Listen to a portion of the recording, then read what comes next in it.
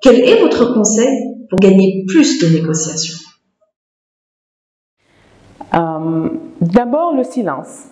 En négociation, moins on en dit, mieux ça vaut, parce que la force de négociation, elle tient quand même à la détention d'informations. Je m'explique.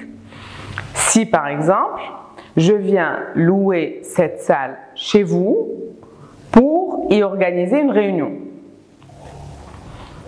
je n'ai vu aucune autre alternative. Je n'ai que cette salle que j'ai visitée, ma réunion a lieu demain. J'ai tout intérêt à taire cette information, à vous laisser penser que j'ai tellement d'autres alternatives que cette salle est optionnelle pour moi.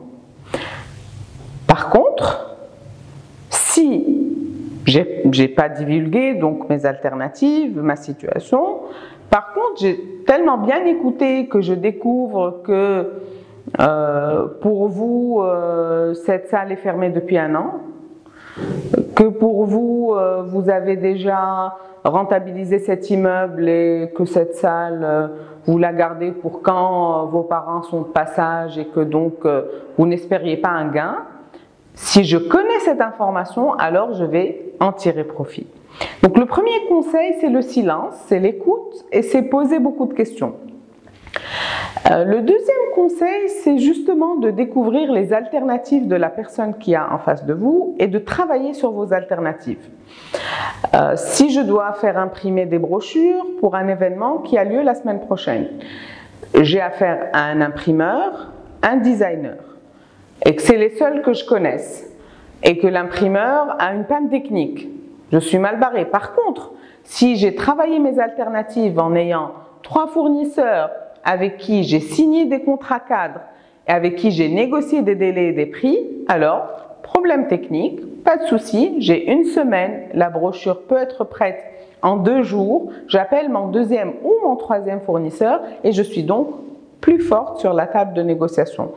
Mon fournisseur, mon imprimeur, s'il a un seul client dans sa base client et c'est moi, devinez qui est plus fort sur la table de négociation, c'est moi. Et donc, plus votre vis-à-vis a d'alternatives, plus il est fort. Plus vous avez d'alternatives, plus vous êtes fort sur la table de négociation. L'idée, c'est de renforcer ces alternatives par du travail, de la préparation, de la prospection, de la documentation, etc. et d'affaiblir un peu les alternatives de vos adversaires en communication, en négociation, en démontrant en quoi vous êtes unique, en quoi ce n'est pas une alternative, en quoi votre qualité est meilleure par exemple. Et donc 2 conseils, silence, écoute d'une part, et d'autre part, renforcez vos alternatives et affaiblissez les alternatives de votre adversaire. Et c'est ça que je vous conseillerais.